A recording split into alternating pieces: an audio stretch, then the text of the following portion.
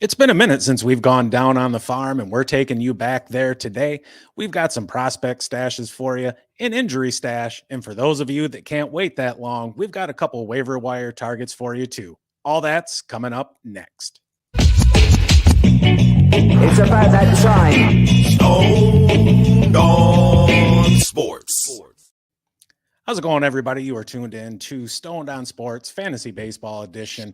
My name is Matt. Really happy you guys are here with us on this wonderful Tuesday evening. I'm coming to you live and in color from the Windy City, and it's been a fun time. As always, got the awesome co-host here with me, Kyle. Kyle, how the hell's it going, brother? It's going great, man. It's Tuesday. Hump day's tomorrow, thank God, right? It is. Travel day for me. And 4th of July, you got a long holiday weekend coming up. We got some long holiday weekends, so desperately needed, right? So absolutely. Prospects. Well, let's get her started. This Marlins prospect was selected 3rd overall in the 2020 draft and is expected to rejoin the major league roster soon. Matt, what is Max Meyer worth stashing in all leagues? Absolutely, he is. And he's somebody who he's their number 2 overall prospect. He's 79 overall per MLB.com. And this dude missed 19 months recovering from Tommy John surgery. And you're going to see that as a theme today. He made the rotation out of camp. It was due to injuries and wholly unexpected. And he started 3 games in April. He went 2-0, had an ERA just a hair over 2. The expected ERA was almost double that, but the xFIP was coming in the mid 3s. He had a whip of just over 0.8, struck out 14, walked only 3, and 17 innings pitched. And he worked 6 innings in 2 of those 3 starts.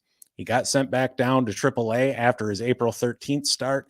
And surprisingly enough, his numbers in the majors look better than what he put up down there on the farm. And he's pitching just once a week, right? 3 to 4 innings. They're managing his workload. I get it. Down in the minors at AAA across 39 innings pitched. He's 0-3 with a 6 flat ERA, xFIP of about 3 3/4. He struck out 46, walked 18. He's given up 26 earned runs, which is surprising. And the 8 home runs that he's allowed are really surprising.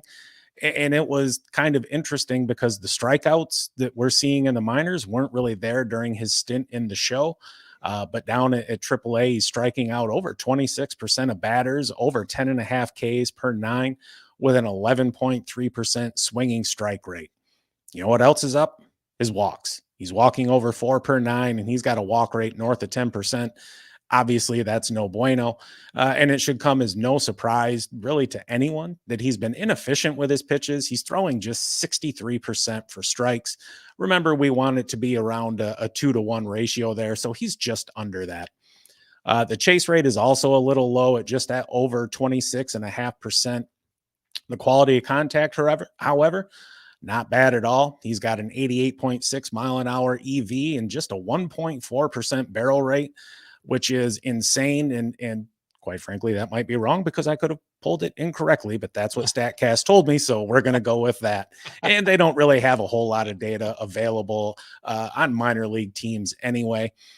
In terms of overall contact, he's pretty much an average guy. Contact rates at 77%. Zone contact is a tick below average at 85.2, which is actually really good considering that batters are much more aggressive against him, swinging at 70% of pitches in the zone, which is 5 points higher than average. Looking at the Marlins rotation, it's not good, quite honestly. They're hurt. And you know, if you paid attention during the 2 start pitcher videos that we do on Thursday and some spot start guys and streaming guys, it's a whole bunch of names that nobody has ever heard of. Still, that doesn't necessarily mean that a call up is imminent. Honestly, I thought he was going to get the call when Jesus Luzardo went down, but they went with some other jabroni that I can't remember. Again, he's having his workload managed. The team is headed nowhere fast, but we should know if we're going to see him back up in the show here in the coming weeks. Obviously, since we included him in this video, we are going to assume that we are going to see him. if he's just going to come up and throw 3 or 4 innings, I'm not really interested. But I think at least what my mind tells me is they've got him going in such short outings down in the minors because they want to save some innings for the show so he can go out there and throw 5 innings, 6 innings, something like that. But still at 23% rostered, we know what he can do. He's a high quality prospect. If you've got the room, stick him on your bench for a couple weeks and see what happens. Agreed. For sure. So we're going to talk about another pitcher right now. And this guy, he was up earlier in the season with the Mets, and he looked pretty damn good in 5 starts before being sent back down. Well, he's going to be back tomorrow. Kyle, what does Christian Scott bring to the table? This guy's got some good stuff. Number 3 Mets prospect. Over the last 2 seasons, out of 413 minor leaguers with at least 100 innings pitched, Christian Scott leads the group with a sub-1 whip of 0.82 and a 29.1% K to walk percentage, and ranks 4th, which is a 4.2% walk rate across high A, double A, and now triple A. That's pretty good. That's some Skeens type territory there. Down in the minors this season, he's posted a 2.76 ERA, 55 strikeouts, 12 walks in 42 1/3 innings pitched over 9 starts in AAA Syracuse. Matt mentioned, yep, so he's going to be back in the show tomorrow. He gets the start at Washington. And, I think we both really expected this with the Mets in the middle of a torrid 17 game in 17 days stretch before the All-Star break. You mentioned that 5 games he was up in May. He was 0-2 and 27 2/3, 3.90 ERA, 108 whip is nice. Even though he was winless and lost 2, he still posted a quality start in 3 of those 5 outings. Strikeout rates at 22.3, just a small tick above average. That walk rate we've touched on is excellent. Overall, he's at 5.4 when he was up in May. He kept his sinker slider profile for the first 2 seasons in professional baseball, but he altered his arsenal a bit last year. He started throwing more from a 3/4 slot. He began to incorporate a more mid-90s 4-seamer, throwing less sinkers, and his control really improved after that. He still throws that slider at a mid-80s, but he's really complemented it with a new pitch, a low 80s sweeper, gets over 13 inches of horizontal movement. And that sweeper's really been his most effective at getting misses this season with a combined 32.4% whiff rate. He will also mix in a mid-80s. It's really looks like a split change more than anything, and he'll throw that to batters from both sides of the plate, and it gets over 14 inches of horizontal movement, kind of mirroring the way the sweeper works to the other side of the plate. A couple problems that jump off the page.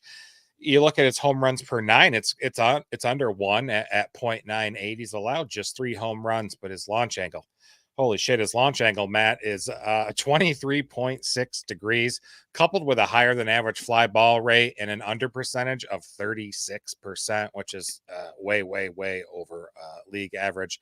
He allows so much damn lift on the ball that his ground ball rate is an ugly 34.2%. That's very low in the majors.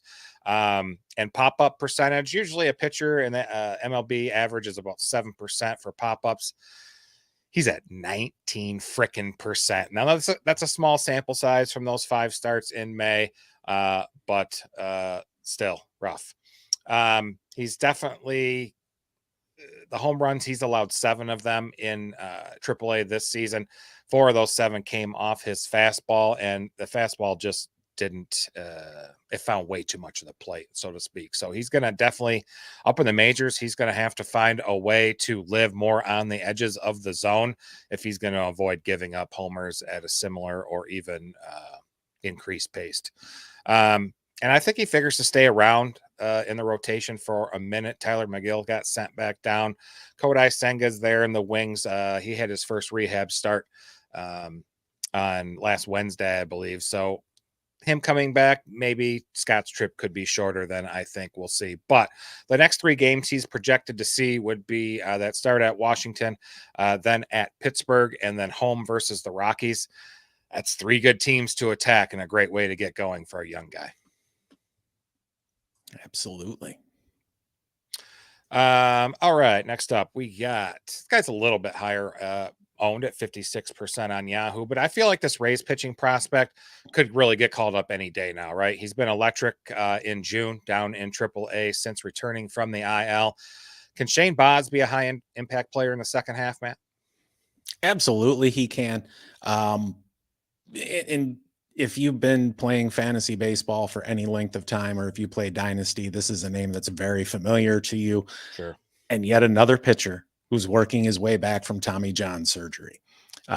His AAA season, his season-long numbers are kind of a mixed bag. He's 3-3 across 10 starts with an ERA a little over 4, a FIP just under, and an xFIP just over 5. He struck out 44, walked 23, and given up 2 home runs in 39 1/3 innings pitched. Definitely like the 10 Ks per 9, but walking over 5 per 9 isn't really good. The quality of contact looks really freaking good, though. According to what I could find, he's allowed just 3 barrels so far on the season. Again, unless I pulled the data wrong, the StatCast minor league data is a little bit tricky.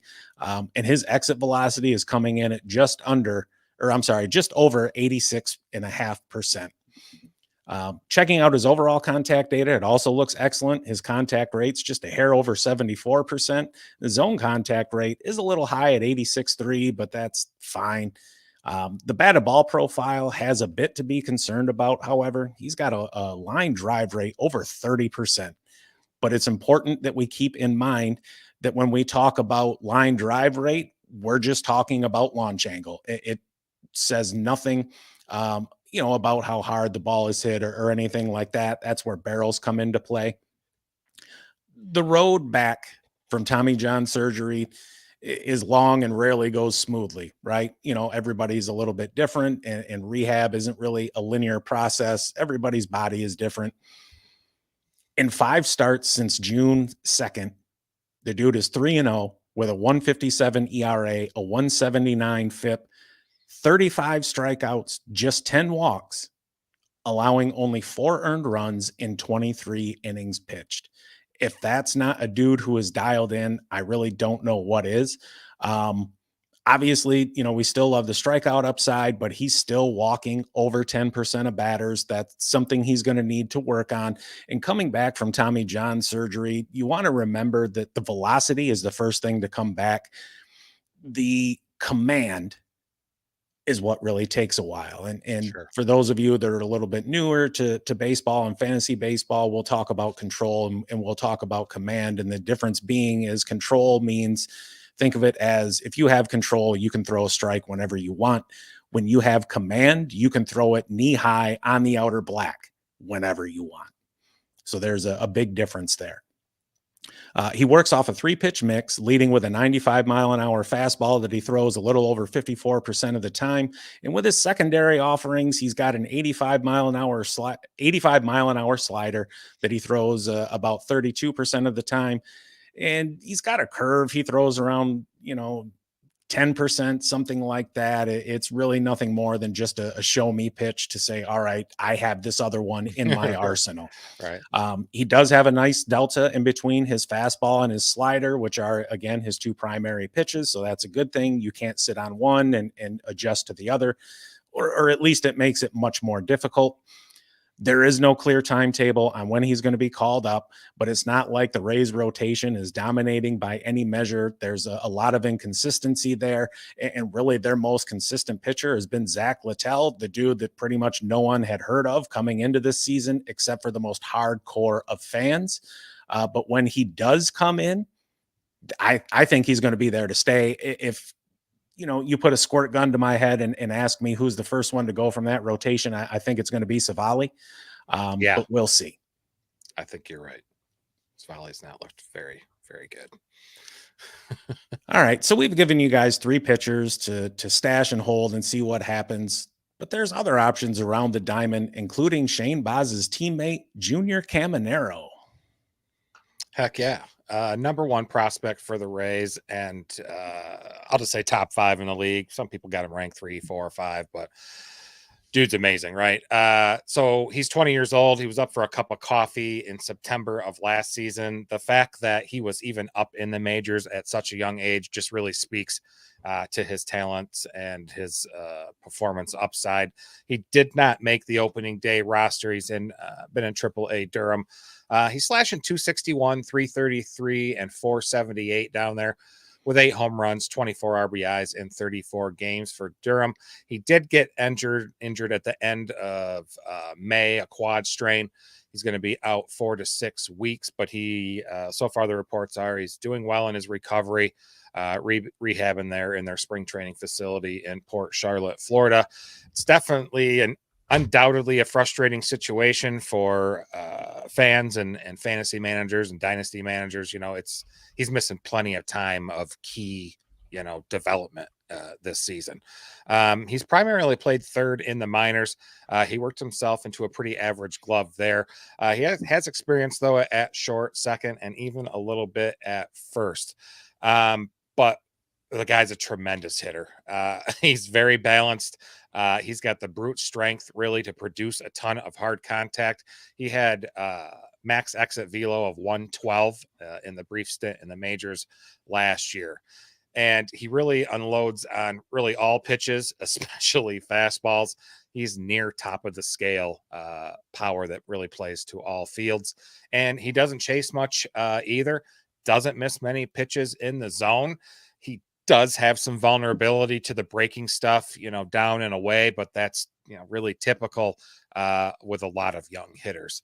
He had 31 homers last year in 117 games across 3 levels in the minors. And, that kind of hard contact skill, really, I don't see a reason for it not to produce 30 plus homers in the majors as well. His plate discipline has also improved as he's climbed the ladder there in the minors. And again, combined with that loud contact, it should help him be a plus overall hitter as well. That his tools he's got and the production so far in AAA, it's, gives him a lot of promise to make an impact for the Rays and in fantasy baseball at some point this season. If you got room, I'd add him now. Absolutely. He's a hell of a prospect. Yep.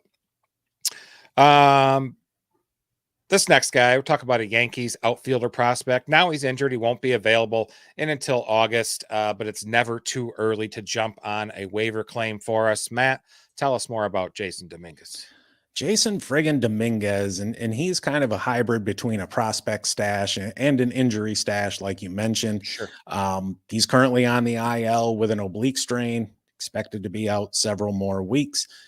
And if, again, just like Shane Baz, if you've been playing fantasy baseball for any amount of time, the name Jasson Dominguez is not foreign to you. And guess what he was recovering from? Tommy John surgery. Prior to the oblique injury, he was doing really well. He had a triple slash of 356, 404, 609. He had 6 home runs, 13 RBIs, 3 steals, 19 strikeouts, which is kind of high. I can't read what the hell I wrote there. 7 walks. All right. Across 23 games. He was up last season for a cup of coffee in 8 games. He had a 258, 303, 677 triple slash, which is fine. But the big thing was 4 home runs in those 8 games, 7 RBIs, had a stolen base, struck out 8 times. So once a game and walked a couple times. And he is an incredibly toolsy player, right? But what does that mean? We hear that. We hear people talk about the 5 tools or a 5-tool player. Players are graded on their 5 tools: hitting, game power, raw power. And remember the difference there. Game power is how many home runs are you going to hit? Raw power is how far can you hit the ball? Speed and fielding. But for fantasy, we don't really give 2 shits about fielding other than if you do it well, it helps keep you on the field. Sure. His hit tool isn't amazing. It projects to be around average, but both his game power and his raw power are both 60 grade, which is excellent. And his speed right now is at 50, but I would imagine that would decline as he gets older. Look, Yankees outfield crowded right now. Obviously, you've got Aaron Judge and Juan Soto there, and Alex Verdugo has played really well for a good part of the season. I know he's cooled off a bit. And you've also got DH occupied with Giancarlo Stanton, and somehow he's managed to stay healthy the whole season.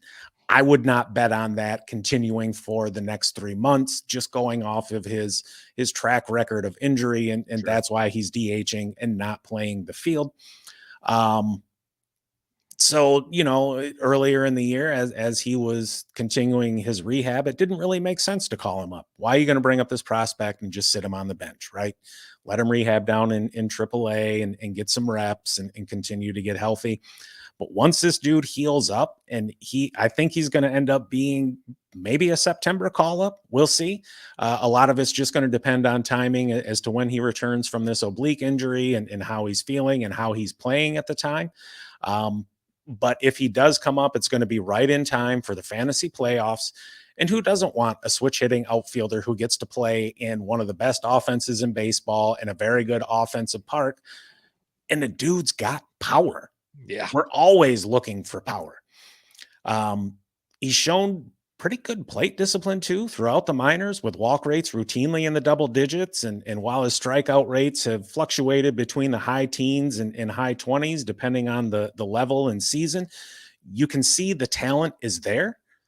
And he is certainly a worthy add just to see what happens over the coming weeks. Heck yeah. I think so too. So it seems like the Orioles have called up pretty much everyone except for this power hitting corner infielder. When he does get the call, how is Coby Mayo going to help us out, Kyle? God, he's good. He's just destroying everything in the minors right now. He's the number 3 prospect for the Orioles and number 15 overall, according to MLB.com. He's just 10% owned in Yahoo leagues. He's got dual eligibility at first and third. So far in AAA with 4. Well, hold on, let me back up. He was out for a month with a rib injury, but he did return on June 18th. I think it was 18th or 19th. So far this year at AAA with a handful of games, rehab games that he had at high A ball included. It's 58 games total, 72 hits, 17 doubles, 2 triples, 20 freaking home runs, 54 RBIs, 43 runs scored, and 3 stolen bases. He's slashing 313, 391, 665. For those of you that don't math too good, that's an OPS over 1,000. Love it. Strikeout rate 24.9, a little bit high, but walk rate is excellent, double digits at 10%. He is a huge fly ball hitter and really succeeds by pulling the shit out of the ball. In 62 games last season in AAA, he pulled the ball a whopping almost 59% of the time. I think he's ready to be a major league level player now, and I'll tell you why. Numbers against both right-handed and left-handed pitching are really stand out with him. And it's especially helpful in fantasy with a Baltimore team that relies heavily on platooning and matchups, right? This spring, Mayo has hit 300 against righties and lefties, had a 923 OPS against right-handers. I love it. I think his plate skills need to look a little bit better if he's going to eventually get called up, but the power is definitely there to go along with a career 919 OPS in his minor league career. I think where he's going to play there in Camden Yards is pretty awesome for Mayo. I think he'll play well there. I think I mentioned it before. I don't know. Maybe it was Mayo. When they made the field dimension changes there in Camden Yards before the 22 season, how even, I can't imagine what he could do there before that, because they extended some field dimensions there. But there's always going to be some swing and miss in his game, but he's looking like a chance to be close to an above average hitter in the majors. I think he'll be up for the playoff push. I'd add him now if you can. Okay. One more prospect for you, then we'll get into some injury stash and waivers. This number 2 prospect for the Twins is a high floor middle infielder that has just rocketed up the organization's farm system this season. Matt, what's up with Brooks Lee? Brooks Lee. Yes, this dude is on fire. And Dubo, brother, this one's for you. He's currently down at AAA. He has yet to appear in the show, and he's a shortstop now, but I'd imagine he's going to get moved to third base, just because of the combination of number one, the Twins gave Carlos Correa $200 million to play shortstop. True. And number two, as he continues to fill out, he's going to lose some of the mobility that he has. So, but still, I'll take a good corner outfielder. His hit tool, game power, and raw power all have 50 grades or better. And right now he's got a triple slash, a 333, 400, 617. Wow. Which again, that's an OPS over 1,000. 6 home runs, 23 RBIs, 26 runs scored, and a stolen base. And he's showing a really good eye at the plate so far, with a walk rate of 10 flat and a strikeout rate of just a little over 13%. That is outstanding. And he's demonstrated that ability across all levels in the minors as well. So we know it's not a fluke. The swinging strike rate is a touch high at 12.1%, but that's certainly not terrible. And you can fool him and get him to chase. He's got a chase rate of 31.9. Obviously, that's higher than we want to see, but he is a young hitter. The contact skills are about average at this point in his development, but there's some room for growth there, and I expect to see that growth. Zone contact rate, though, outstanding, 89%, and he's very aggressive at swinging and pitches in the zone. His zone swing rate is just under 70% of the pitches he sees there. Absolutely love that. Those are the pitches you can do something with. Those are the ones you can drive. Those are the ones you can lift and pull and do some damage with, not some bullshit over in the other batter's box. Looking at his batted ball data, he hits the ball on the ground a little bit more than average, but he's got a really nice 26.5% line drive rate. That is outstanding. And his fly ball rate is just under 30%. He also pulls the ball quite a bit. He's got a 42% pull rate, and that's what we want to see to really help drive those power numbers. He's not really much of a threat to steal bases. He only has 9 in 185 career minor league games, and 6 of them came last season at AA. I did mention earlier he's likely to switch to third base, so just kind of keep that in mind. And he has been on fire the past couple of weeks with all his home runs, 16 RBI, 17 runs scored, while hitting 349 since I think it was like June 13th. So this dude is absolutely raking right now. Heck yeah. It's what's how long is Royce Lewis in Minnesota? I can't remember. Oh, he DHs. He was the number 1 overall pick in the 2017 amateur draft. Gotcha. So he's been around for a minute. Been around. We know his injuries. This is true. Speaking of injuries, we got an injury stash for you. Look at that segue. That right there's quality entertainment. That's right. As if the Reds outfield wasn't crowded enough, Matt McLain is now on the road to recovery and is exactly where he wants to be, according to manager David Bell. How can he help our teams when he gets back? Yeah, I certainly hope so. He had the surgery there, successful to repair left labrum. Geez, I can't talk. Just like a day or two right before the season opener. He's worth an ad if he does return in August. The Mets said, about 7 to 10 days ago, he'd start swinging a bat soon. Last season, in 89 games played, he had 16 homers, 50 RBIs, 23 frickin' doubles, 65 runs scored, and 14 stolen bases, slash 290, 357, slugged 507, and had a 370 WOBA, top 7% in the league. His primary struggle came with his plate discipline. So he struck out over 28% of the time. Walk rate 7.7%, so could be better in both. Power is legit though, right? I think the power is legit even in Cincinnati's ballpark. Hard hit rate and exit velo were about at average or above. His barrel rate last season was in the 70th percentile. He had an elite launch angle sweet spot percentage last year that ranked in the 6% of all qualified hitters. And remember those 14 stolen bases in 89 games I mentioned? yes, his speed is legit too. He has a StatCast sprint speed in the top 10%, 29 feet per second, and he had almost 75% success rate in stolen bases last season. So he should have the green light at all times.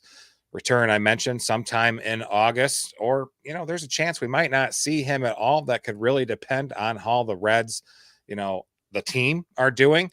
Right now, they're fourth in the Central. I think they're 4 or 5 games back in a very, very tight NL wildcard race.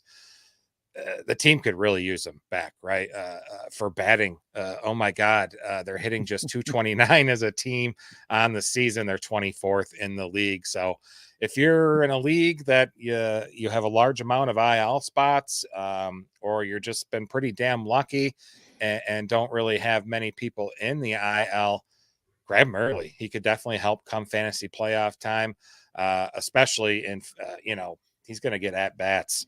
He was hitting number 2 last year most of the time. So extra at bats, hitting at the top of the order, could be a good asset come August. Heck yeah. All right. We promised a couple waivers, so we'll get into those right now. This Giant, after hitting 164 in May, turned it around in June, hitting 284. Matt, why is Jorge Soler still available in 40% of leagues? And I'm surprised the number is that high, just considering, we know what he can do. We've seen him just absolutely destroy the ball over the last several years. This dude is the number 8 outfielder since June 16th. But what does that look like, right? He's got a 275, 351, 549 triple slash, gone yard a couple times. He's driven in 13. Along with those 2 home runs, he's got 8 doubles in that time. He scored 14 runs, and that's just 14 games, a run a game. Outstanding. Yeah. On the year, the numbers don't look quite so hot, right? 230, 311, 398, 9 home runs, 31 RBIs, 41 runs is nice. 70 strikeouts, 29 walks in 72 games started. And we're talking about, look, dude has driven in pretty much half of his runs over the last 2 weeks. Yeah. I do find it strange that he is batting leadoff there, considering he's not really a big on base guy. He's not the we'll call it archetype of your typical leadoff hitter. He profiles more as a middle of the order bat, but what the hell do I know? That is going to limit his run production, but the trade-off is he's going to get a lot more at bats, right?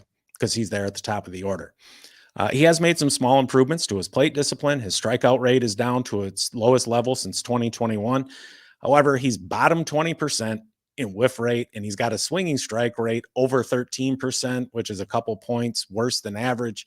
So that's not good, but it's not surprising. We know who Jorge Soler is. Sure. The quality of contact has taken a big dip this season. Exit velocity is fine, as is his barrel rate. They're both in the top third, but just barely. But the hard hit rate is bottom third. And last season, he was in the top 20% of the league across the board in those categories. So it's, something to keep an eye on. From an overall perspective, nobody is going to accuse this guy of being a contact hitter, right? His contact rate is 5 points below league average. Zone contact rate is 3 points below, despite him swinging at pitches in the zone at the highest rate of his career. Checking out his batted ball data, he's hitting fly balls at the highest rate of his career at just under 47%. The line drive rate, however, is quite low at just 16.5. Wow. Yes, that was really surprising when I saw that. At 32, he's on the back end of his prime. You could make the argument that a player's prime is somewhere between like 27 and 32, 27 and 31, something like that. But the quality of contact regression is worth keeping an eye on.